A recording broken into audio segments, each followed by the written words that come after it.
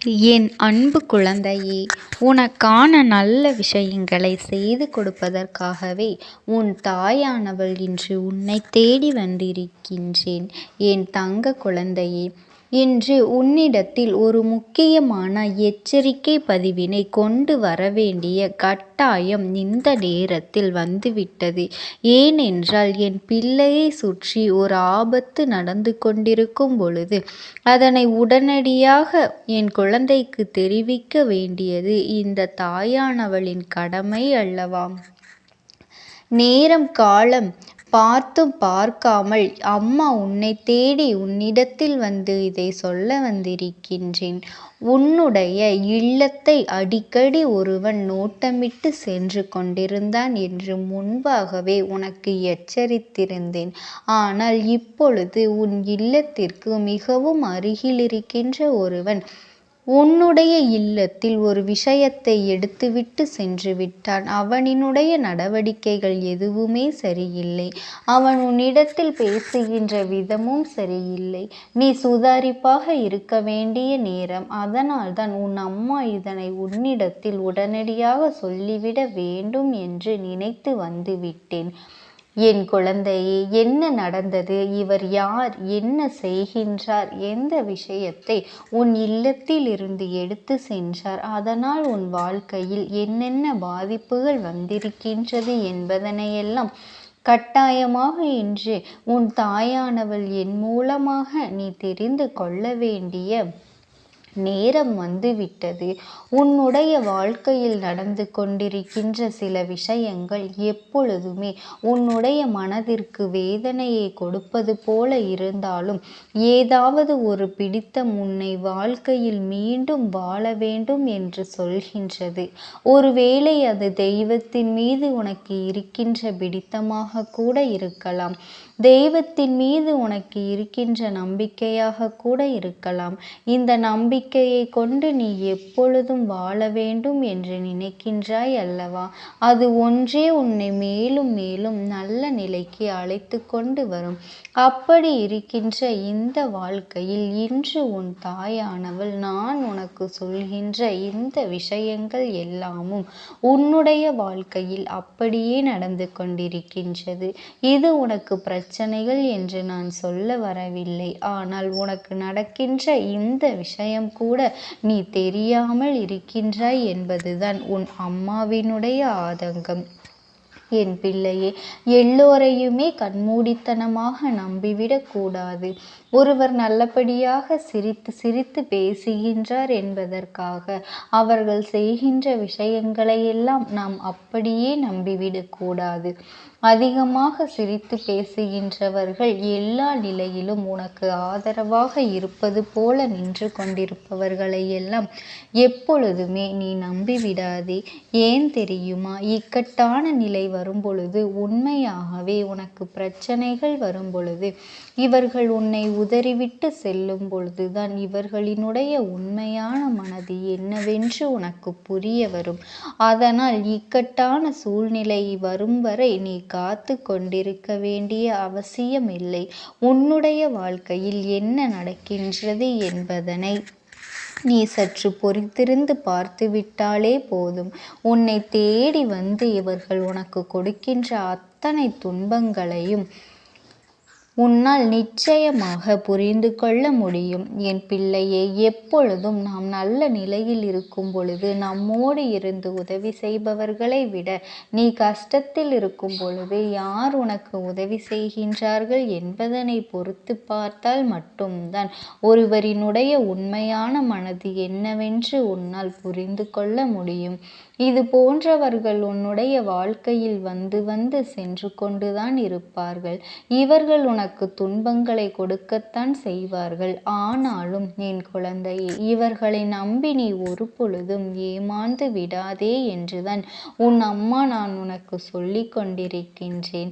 என் குழந்தையே, உன் அம்மா உன் முன்னால் நிற்கின்ற நேரத்தில் உன் மனதிற்குள் தைரியம் பிறந்துவிட்டது அல்லவா?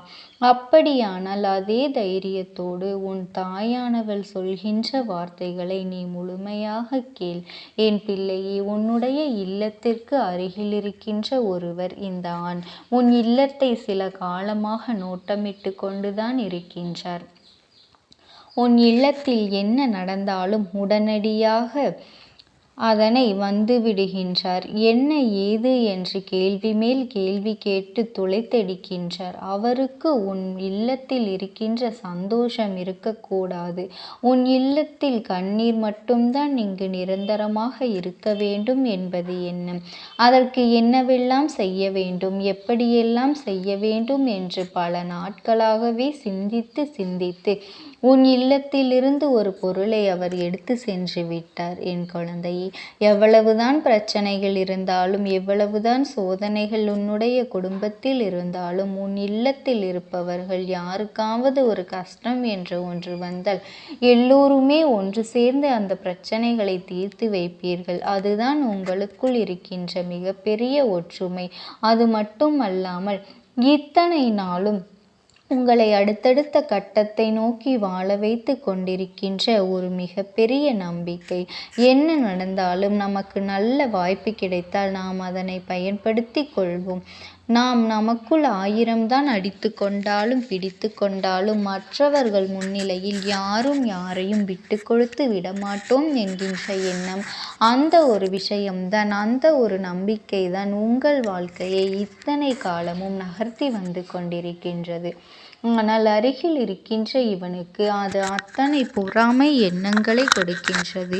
எவ்வளவு கஷ்டங்கள் வந்தாலும் இவர்களால் மட்டும் எப்படி ஒற்றுமையாக இருக்க முடிகின்றது, இவர்களால் மட்டும் எப்படி இந்த விஷயத்தை சமாளிக்க முடிகின்றது என்பதுதான் அவர்களுக்கு மிகப்பெரிய வருத்தம். அப்படியானால் ஏதாவது எப்படியாவது செய்து உன்னுடைய வாழ்க்கையில் இருக்கின்ற இந்த நிலையை மாற்ற வேண்டும். உன்னுடைய குடும்பத்தில் இருக்கின்ற இந்த சூழ்நிலையை மாற்ற வேண்டும். எல்லோருக்கும் மனதிற்குள் இருக்கின்ற எண்ணங்கள் தெளிவாக வேண்டும். என்ன நடந்தாலும் எது வந்தாலும் யாரும் தன்னை சுற்றி இருக்கின்ற விஷயங்களையெல்லாம் நினைத்து வருத்தப்படுவது நிச்சயமாக இருக்க வேண்டும் என்று இவர்கள் எண்ணுகின்றார்கள். அதாவது துன்பம் அங்கே குடியிருக்க வேண்டும் என்று நினைக்கின்றார்கள். அப்பொழுதுதான் மனது நிம்மதியில்லாமல் போகும். அது மட்டும் அல்லாமல் வாழ்க்கையே விட்டு ஓடக்கூடிய நிலை கூட வந்துவிடும் அல்லவா? அப்படி ஒரு நிலையை உனக்கு உருவாக்க வேண்டும். இருக்கின்ற இவன் கங்கணம் கட்டிக்கொண்டு வருகின்றான். இவளினுடைய எண்ணத்தை உன் தாயானவள் நான் நிறைவேற்ற ஒரு பொழுதும் அனுமதிக்க மாட்டேன். ஆனால் இவன் இப்படி ஒரு எண்ணத்தோடு உன் இல்லத்தை நோக்கி வந்ததும் அவன் எடுத்தது என்னவென்றும் நான் சொல்கின்றேன். அதன் பிறகு நீ உண்மை என்னவென்று நிச்சயமாக தெரிந்து கொள்வாய். சில நாட்களாகவே உன் இல்லத்திற்குள் வந்து கொண்டிருக்கின்ற இவனிடத்தில் உன் இல்லத்தில் நடக்கின்ற கஷ்டங்களை எல்லாம் பகிர்ந்து கொண்டிருக்கின்றாய் என்பதுதான் உண்மை. அது மட்டுமல்லாமல் உனக்கும் உன் இல்லத்தில் இருக்கின்ற உன்னுடைய துணைக்கும் இடையில் ஏதாவது ஒரு மனக்கருத்து வேறுபாடுகள் இருந்தால் கூட அதனை நீ இவனிடத்தில் வெளிப்படையாக பகிர்ந்து கொள்கின்றாய்.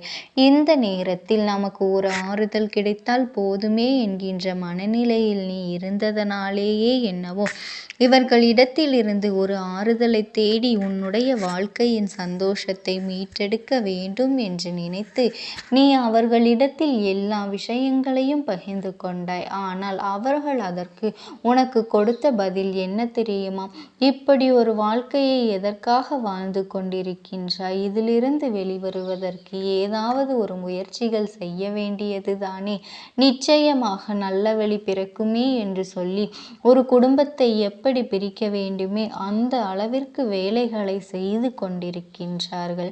குடும்பத்தில் இருப்பவர்கள் எல்லோருமே நன்றாக இருக்க வேண்டும் என்று நாம் நினைத்து கொண்டிருக்கும் பொழுது நம் மூலமாகவே நம்முடைய குடும்பத்திற்கு ஒரு கெடுதல் நடக்கின்றது என்றால் அதை நிச்சயமாக என்னவென்று கவனிக்க வேண்டும் அல்லவா?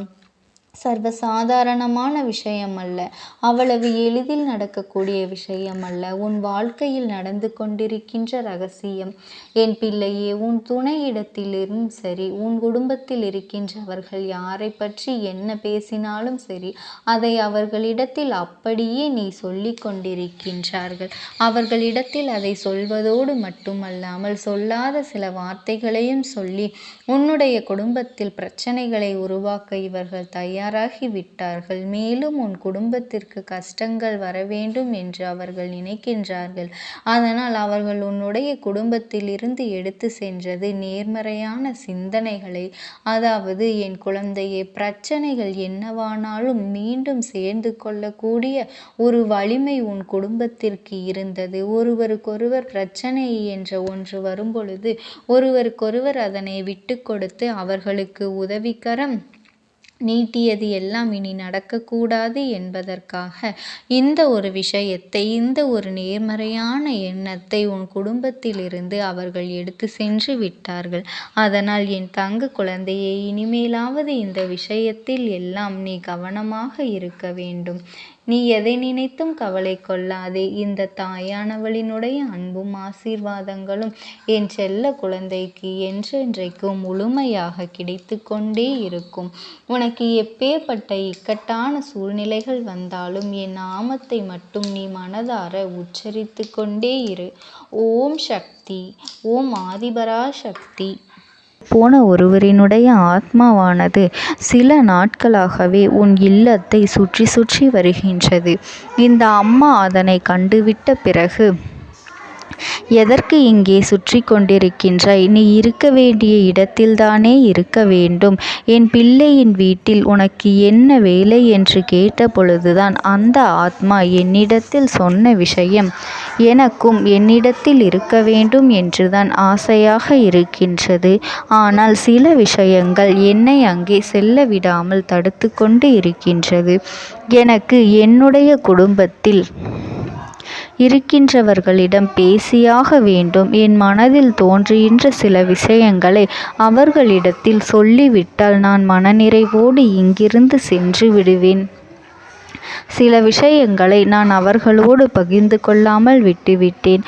அதற்கு சரியான நேரம் இப்பொழுது வந்திருக்கின்றது. இப்பொழுதும் சொல்லாமல் நான் சென்று விட்டால் இனி காலம் முழுவதும் என்னால் அவர்களிடத்தில் சொல்லிவிட முடியாது. இதற்கு நீங்கள்தான் துணையாக நிற்க வேண்டும் அம்மா என்று என்னிடத்தில் வாய்ப்பினை ஏற்படுத்தி கொடுக்க வேண்டும் என்று கேட்டது. என் தங்க குழந்தையே, இப்படி இருக்கும் பொழுது அவர்களிடத்தில் சொல்லிவிட முடியாது. அந்த வாய்ப்பினை ஏற்படுத்தி கொடுத்து என் வீட்டில் உள்ளவர்களிடம் பேச வைக்க வேண்டும் என்று என்னிடத்தில் கோரிக்கை வைத்தது. என் தங்கமே, இப்படி மனதிலே எந்த கெட்ட எண்ணங்களும் இல்லாமல் உன் குடும்பத்திற்காக பேச வேண்டும் என்று கேட்ட ஆத்மாவிற்கு நான் அந்த வாய்ப்பு வழங்குவது தானே முறையாக இருக்கும். அதனால் இந்த அம்மா அந்த ஆத்மாவிற்கு அந்த வாய்ப்பினை கொடுக்க முடிவுகள் செய்து இப்பொழுது உன்னோடு பேசுவதற்காக வரவழைத்திருக்கின்றேன். என் பிள்ளையே, அந்த ஆத்மாவானது உன்னிடத்திலே என்ன பேசுகின்றார்கள் என்பதனை நான் என் மூலமாக உன்னிடத்தில் பேசி சொல்கின்றேன். இந்த அம்மாவிடத்திலிருந்து தான் அவர்கள் மனதில் பேச நினைப்பதை எல்லாம் பேச முடியும். என் தங்கமே, நேரடியாக ஒரு ஆத்மாவின் குரலை உன்னால் அத்தனை சுலபமாகவெல்லாம் கேட்டுவிட முடியாது. இந்த அம்மா அதற்காகத்தான் இன்று இந்த உதவியை செய்கின்றேன். என் குடும்பத்தில் இருக்கின்றவர்களிடம் பேச வந்திருக்கின்றேன். உங்கள் எல்லோரையும் நான் இனி காணவே முடியாது என்பதனை நான் உணர்ந்து கொண்டேன். என் வாழ்க்கையில் நிறைவாக இருந்து என்னால் உங்களுக்கு கஷ்டங்கள் வந்தாலும் உங்களால் எனக்கு எந்த கஷ்டங்களும் இதுநாள் வரையிலும் வந்தது கிடையாது. நான் நினைத்தது போல இந்த வாழ்க்கையை அத்தனை சந்தோஷமாக வாழ்ந்து கொண்டுதான் இருந்தேன். என் குடும்பத்தில் இருக்கின்றவர்களிடம் பேச வந்திருக்கின்றேன். உங்கள் எல்லோரையும் இனி நான் காணவே முடியாது என்பதனை நான் உணர்ந்து கொண்டேன். உங்களோடு இருந்த இந்த காலகட்டம் குறைவாக இருந்தாலும் நான் எனக்கு கிடைத்த சந்தோஷங்களும் மகிழ்ச்சியும் ஏராளமாக இருந்தது. அதனால் எனக்கு எந்த ஒரு கவலையும் இதுவரையில் இருந்ததே கிடையாது. நான் நினைத்தது போல இந்த வாழ்க்கையை நான் சந்தோஷமாகத்தான் வாழ்ந்து கொண்டு இருந்தேன். ஆனால் இவ்வளவு காலம் எனக்கு சீக்கிரமாக என்னுடைய ஆயுள் முடிந்துவிடும் என்று எனக்கு முன்பே தெரியாது. அது தெரிந்திருந்தால் நிச்சயமாக என் மனதில் இருக்கின்ற அத்தனை விஷயங்களையும் நான் உங்களிடத்தில் சொல்லியிருப்பேன். ஆனால் எல்லோரும் நினைப்பது போலத்தானே நானும் நினைத்திருந்தேன். எனக்கும் இந்த உலகத்தை விட்டு செல்ல வேண்டும் என்ற ஆசை கிடையாது. மற்றவர்கள் சொல்வது போல எதற்காக பிறந்தோம், நாம் ஏன் பிறந்தோம் என்று ஒரு நாளும் நான் நினைத்தது கிடையாது.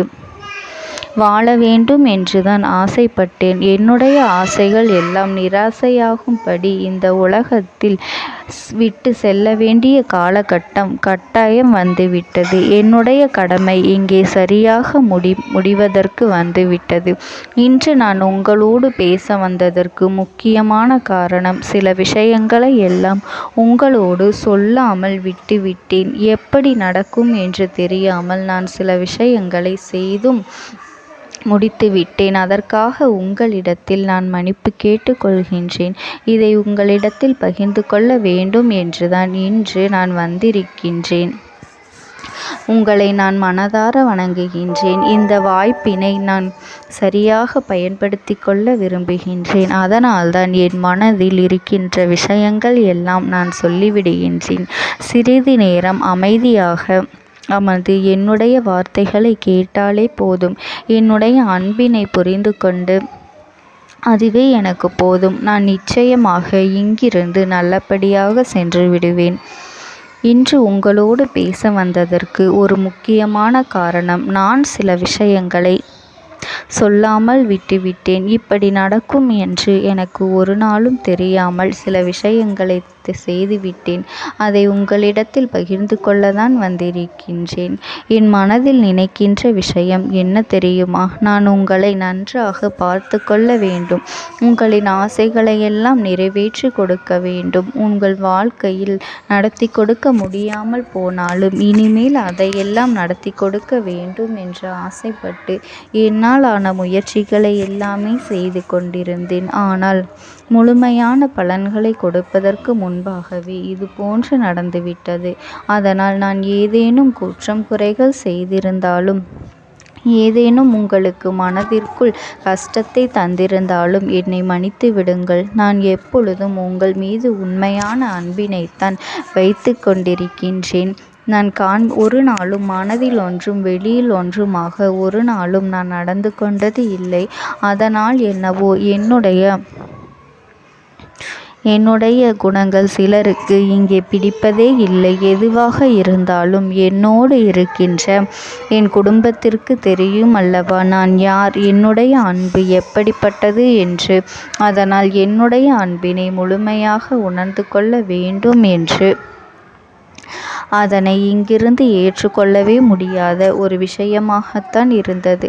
நானும் அங்கும் அங்கும் ஓடி ஓடி மீண்டும் என்னுடைய உயிரை மீட்டெடுத்து விடலாம் என்றுதான் முயற்சி செய்தேன். ஆனால் அப்பொழுது என்னால் அதையெல்லாம் செய்ய முடியவில்லை. உயிரற்ற உடலாக இங்கே நின்று கொண்டிருக்கின்றேன். நாட்கள் செல்ல செல்ல இதை எனக்கு ஏற்றுக்கொள்ள பழகிவிட்டது. இனிமேல் இதுதான் என்னுடைய உலகம். மீண்டும் அங்கே செல்ல முடியாது என்பதனை நான் புரிந்து கொண்டேன். செல்ல முடியாவிட்டாலும் ஆத்மா என்று ஆன பிறகு என்னுடைய உலகத்தில் இருந்தால்தான் எனக்கு சந்தோஷம். மீண்டும் மனித வாழ்க்கைக்குள் என்னால் நுழைந்துவிட முடியாது. எனக்காக இத்தனை காலமும் அன்போடு பழகி எனக்கு எல்லாம் செய்த உங்களுக்கு நான் சொல்கின்ற விஷயம் ஒன்றுதான். நடந்தது எல்லாம் நடந்துவிட்டது. நடந்த விதையை யாராலும் இனி மாற்ற முடியாது. இனி நான் உங்களோடு இருக்க வேண்டும் என்று நினைத்தால் கூட அது நடக்காது. அதனால் இந்த வாழ்க்கையில் நீங்கள் நல்லபடியாக வாழ்ந்து சந்தோஷமாக இருக்க வேண்டும் என்றுதான் அந்த ஆத்மா மனது வேதனைப்பட்டு உன்னோடு பேசுகின்றது. என் தங்க குழந்தையே, யார் உன்னை விட்டு சென்றாலும் இந்த தாயானவளினுடைய அன்பும் ஆசீர்வாதங்களும் உனக்கு என்றென்றைக்குமே முழுமையாக கிடைத்து கொண்டே இருக்கும். அதனால் நீ எதை நினைத்தும் கவலைப்படாதே. உனக்காக எப்பொழுதும் நான் இருந்து கொண்டே இருப்பேன். ஓம் சக்தி. ஓம் ஆதிபரா சக்தி. நீ விடுதலை கொடுக்க மாட்டாயா என்று என் பிள்ளை நீ என்னை பார்த்து கேட்கின்ற விஷயத்திற்குத்தான் நான் முடிவினை கட்டப் போகின்றேன். இன்னமும் சுருக்கமாக உனக்கு சொல்ல வேண்டும் என்றால், உன்னுடைய பிடிவாதம் இந்த அம்மாவினிடத்தில் ஜெயித்து விட்டது என்பதுதான் உண்மை. என் குழந்தைக்கு எந்த ஒரு விஷயம் வேண்டும் என்று அடம்பிடித்து இத்தனை காலமும் நீ நின்று கொண்டிருந்தாயோ, அந்த ஒரு விஷயத்திலிருந்து உன் அம்மா நான் உனக்கு விடுதலையை கொடுக்க வேண்டும் என்று என் முன்னால் கதறி அழுதாயோ, அந்த விஷயத்தை இன்று உனக்கு நான் முடித்து வைக்கின்றேன். என் பிள்ளையே, சுற்றி இருக்கின்ற உறவுகளையெல்லாம் நம்புவதை விட்டுவிட்டு சற்று விலகி நிற்பதுதான் எல்லோருக்குமே நல்லது. ஏனென்றால் யாருடைய குணம் எப்பொழுது எப்படி மாறும் என்று யாராலும் கணித்துவிட முடியாது. ஒருவரிடத்தில் நல்லபடியாக பேசிக்கொண்டு வந்திருப்பாயானால் அவர்கள் மனதிற்குள் என்ன இருக்கின்றது என்று உன்னால் ஒரு பொழுதும் தெரிந்து கொள்ள முடியாது. அவர்களுக்குள் 1000 விஷயங்கள் ஓடும். உனக்கு செய்து தருவேன் என்று வாக்குறுதியை கொடுப்பார்கள். ஆனால் அதன் பிறகு பார்த்தாயானால் ஒரு நிமிடம் கூட யோசிக்காமல் சற்றென்று இவர்களுக்கு முடியாது என்று சொல்லிவிடுவார்கள். மனதிற்குள் அவர்கள் நினைப்பது, நீ சொல்வதை சொல்லிவிட்டு போ, நான் எதற்காக உனக்கு உதவி செய்ய வேண்டும் என்று எண்ணிக்கொண்டிருப்பார்கள். இது போன்ற போலிகள் அதிகமாக நிறைந்து இருக்கின்ற இந்த உலகத்தில் ஒரு விஷயத்திற்காக என் பிள்ளை நீ ஆசைப்படுகின்றாய் என்றால் அதை மிகவும் நான் கவனத்தோடு புரிந்து கொண்டு உன் வாழ்க்கைக்கு அது சரியா தவறா என்று, தேவைதானா தேவையில்லையா என்று, ஒரு வேலை கிடைத்தால் உன் வாழ்க்கை தெளிவாக இருக்குமா என்றால் நான் புரிந்து கொண்டுதான் உன் அம்மா நான் உன்னிடத்திலே சொல்ல முடியும் என்பதனை புரிந்து கொள். உனக்கு எத்தனை கால தாமதங்கள் ஆகியது என்பதனை அதனை புரிந்து கொள்ள அதை உன்னிடத்தில் ஒப்படைக்க வந்ததற்கு காரணம், பல அதிசக்தி வாய்ந்த பூஜைகளாலும் தெய்வங்களை நீ தொடர்ந்து வணங்கி கொண்டிருப்பதாலும் மட்டும்தான் உன் வேண்டுதல்கள் உச்சத்தை தொட்டுவிட்டது. தெய்வத்தின் மனதை நீ தொட்டுவிட்டாய். இனிமேல் உன்னிடத்திலிருந்து தெய்வத்தினால் தப்பிக்க முடியாது. நிச்சயமாக இனிமேல் இதனை நீ கொடுத்துதான் ஆக வேண்டும். எந்த எல்லைக்கும் செல்வதற்கு தயாராகிவிட்டாய்.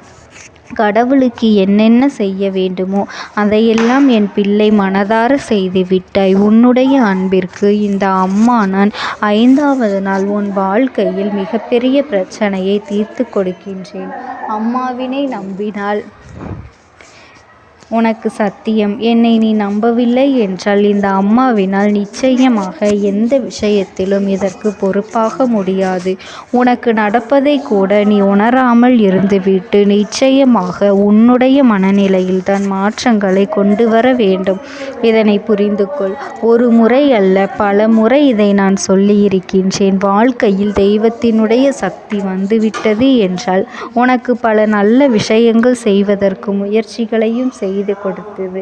ஆனால் என் பிள்ளை நீ உன் மனதிற்குள் வைத்திருக்கின்ற தேவையற்ற எண்ணங்களால் அதை தொலைத்து விட்டாய். ஒரு பொழுதும் நீ தொலைக்கவும் மாட்டாய். தொலைக்க இருக்கவும் கூடாது. ஏனென்றால் உன்னோடு இருப்பது இந்த அம்மாவாகிய நான். உன் வாழ்க்கையில் நல்லதை செய்து கொடுப்பது உன் அம்மா நான். உனக்காக இந்த வாழ்க்கையில் எந்த எல்லைக்கும் செல்ல தயாராக இருக்கின்றேன். அதனால் இனி துணிந்து இறங்கு. எண்ணி 5வது நாள் நீ விரும்பிய விஷயம் உன் கைகளில் இருக்கும். எந்த முயற்சிகளையும் செய்யாமல் அம்மா தரவில்லை என்று ஒரு நாளும் என் மீது பழி போட உன்னால் முடியாது. நீ முயற்சிகளையும் உன்னுடைய உழைப்பையும் சரியாக செலுத்திவிட்ட பிறகு நான் கொடுக்கவில்லை என்றால் என் மீது கோபப்பட உனக்கு அத்தனை உரிமையும் இருக்கின்றது. இதற்கு மேலும் என் குழந்தை கஷ்டத்தை சந்திக்க வேண்டிய அவசியமில்லை. எவ்வளவு தூரம் முடியுமோ அவ்வளவு தூரம் இந்த வாழ்க்கையில் உனக்கான விஷயங்களை நீ பெற்றுக்கொள்ள தயாராக இருக்க வேண்டும். என் தங்கமே, இனியாவது என் குழந்தை உனக்கு தர நினைக்கின்ற விஷயங்களை எல்லாம் தருவதற்கு இந்த வாழ்க்கையில் என்னவெல்லாம் சுற்றி நடக்கின்றதோ அதையெல்லாம் நீ தெரிந்து கொண்டு என் பிள்ளை உனக்கானதை என்னிடத்தில் தெரிந்து கொள்ள வேண்டும். எந்த அளவிற்கு மனதில் துணிச்சலோடு நிற்கின்றாயோ, அம்மா எதனை கேட்டாலும் கொடுத்துவிட வேண்டும் என்று நீ நினைத்தாய் அல்லவா, அன்று உன்னிடம்